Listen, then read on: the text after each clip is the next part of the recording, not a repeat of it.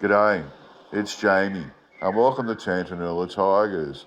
Today, I'm reading an excerpt from an old newspaper article about a marsupial tiger sighting at Mt Bellenden Ker, North Queensland in 1937.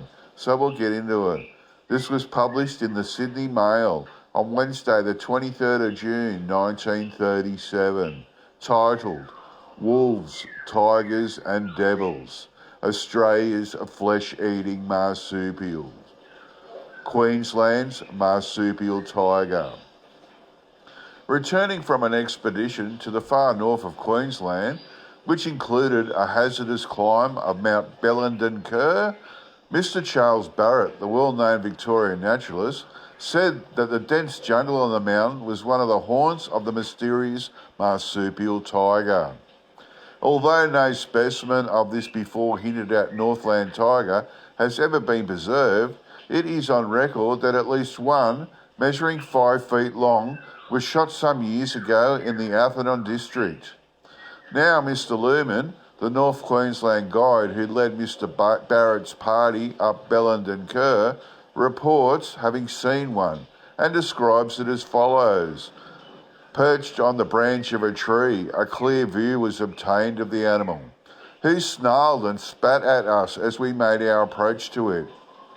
About the size of a dingo, but with a short, blunt head, rather like that of a tiger, and with the body striped also the resemblance of a tiger.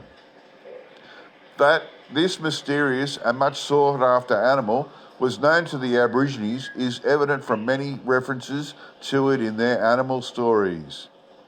In his book on Australian animals, Mr. Barrett wrote thus of the animal he has now been privileged to know more of.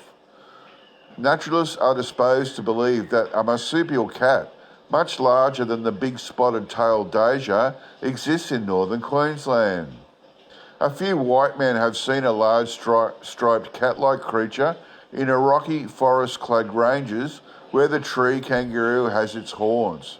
But so far, science has nothing tangible, not even a piece of striped marsupial skin upon which to base of the description. In recent years, several reliable witnesses have given evidence that the marsupial tiger is by no means a myth. And before that, as far back as 60 years ago, the first recording of the animal's existence was made by a police magistrate named Sheridan, his account being as follows. Taking an evening stroll, accompanied by a terrier dog, Mr. Sheridan wondered what the dog was barking at until, startled amongst the long grass, there shot up an animal as large as a dingo, cat-like of face, and with a body striped in black and yellow as a tiger's. This strange animal finally made it up a tree, from which it snarled defiance until the dog returned.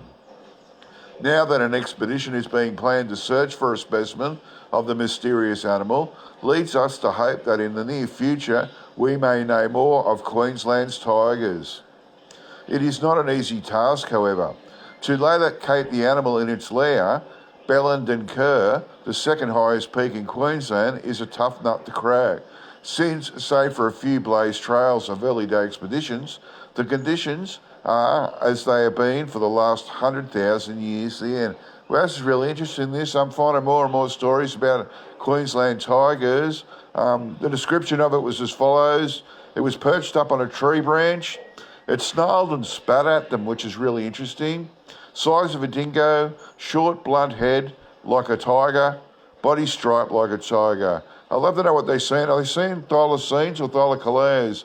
It certainly sounds like a thylacoleo, but you just don't know for sure until you see one yourself. Okay, that's it from me. I'll get back to you all next time. Bye.